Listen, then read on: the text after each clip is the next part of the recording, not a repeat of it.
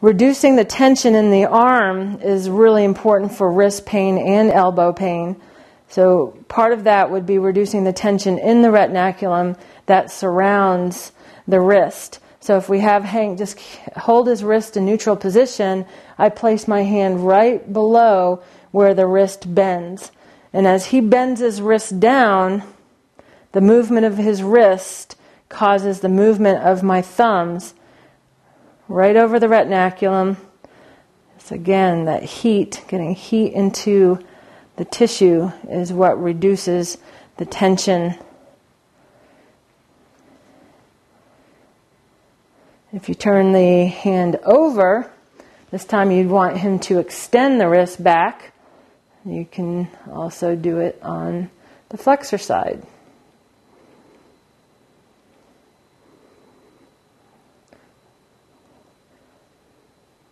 If someone has complaints of specific pain right below the styloid process of the radius, then a good special orthopedic test to do is called the Finkelstein test. And it's a funny name, but it will help reduce that specific area or help identify the specific area that's causing the pain. You just have them go to ulnar deviation with the thumb inside, making a fist, and relax. And that usually will cause either a sharp pain going up towards the styloid process or at least an uncomfortable stretch.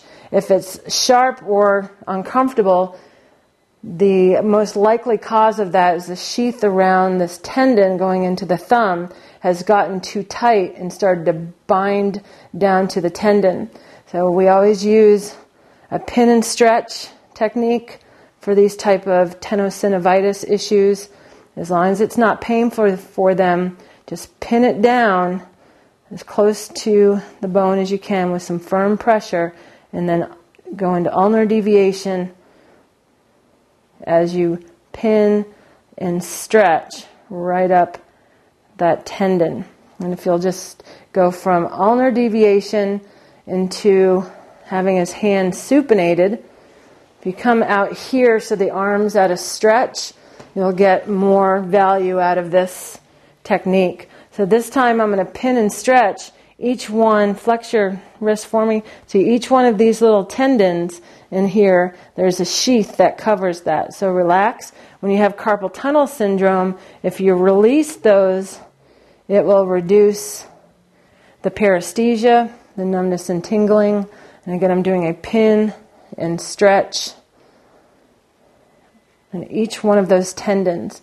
Notice my starting point is up in the palm of the hand.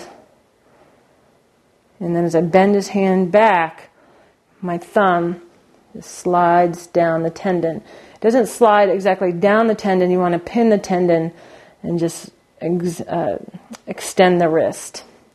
That's when you get the greatest results. The less movement of the thumb, the more movement of the sheath underneath the thumb. Notice how many times during the protocol that we've done wrist extension. So you want to stretch out those flexors as many times as we can. And I would go right into treating any of the trigger points in the palm of the hand, the opponens pollicis, in between each one of the bones, stripping that out. Just be specific. If you have to put the hand down on the table or change your hand position, just be specific to in between each one of those bones. So I have to experiment, see what position works best for you. This feels really great for especially massage therapists that are using your hands all the time, but also people with arthritis.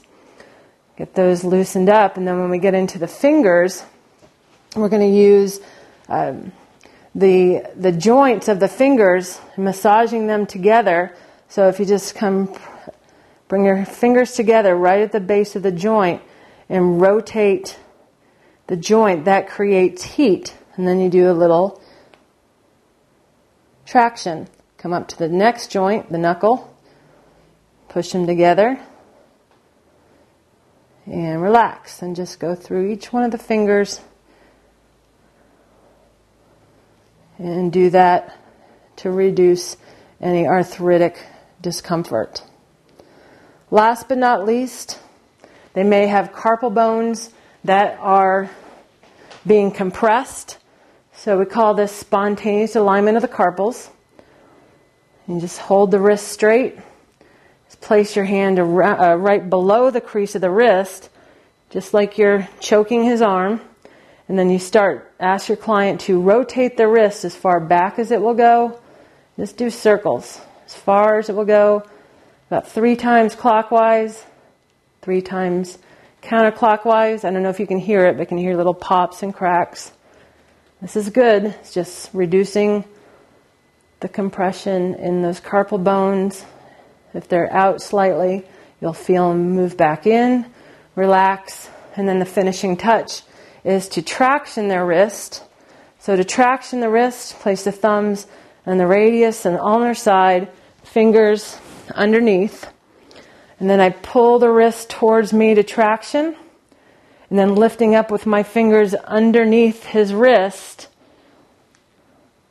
traction and flex the wrist, come back to neutral. This time I'm going to extend the wrist as I'm pushing down on the crease of the wrist. Do this slowly, very methodically. If there's a nerve that may be impinged in the wrist, you will feel them start to tense up before you compress into the nerve. Traction and flex, traction and extend with pressure down on the crease of the wrist. All the work that we have done on the extremity from the shoulder down to the wrist is important in all of the conditions that we have mentioned today, from carpal tunnel syndrome to tennis elbow to shoulder pain. It all starts to compensate. If one area is uncomfortable, you'll start to compensate by using other muscles, and they'll start to get sore. They'll start to build up trigger points.